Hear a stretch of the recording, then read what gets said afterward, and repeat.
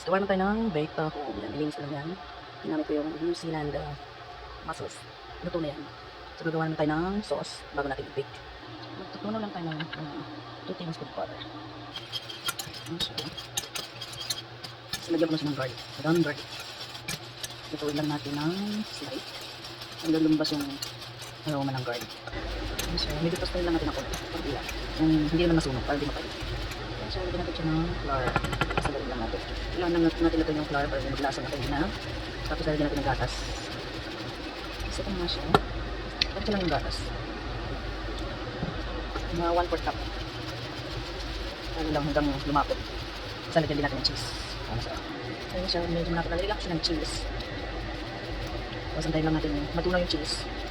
Lagyan mo natin ng pepper. So, ito siya guys, yung texture. Lalagyan natin sa top ng mussels. Okay na yung ating mussels. Lalagyan ko lang siya ng pepper.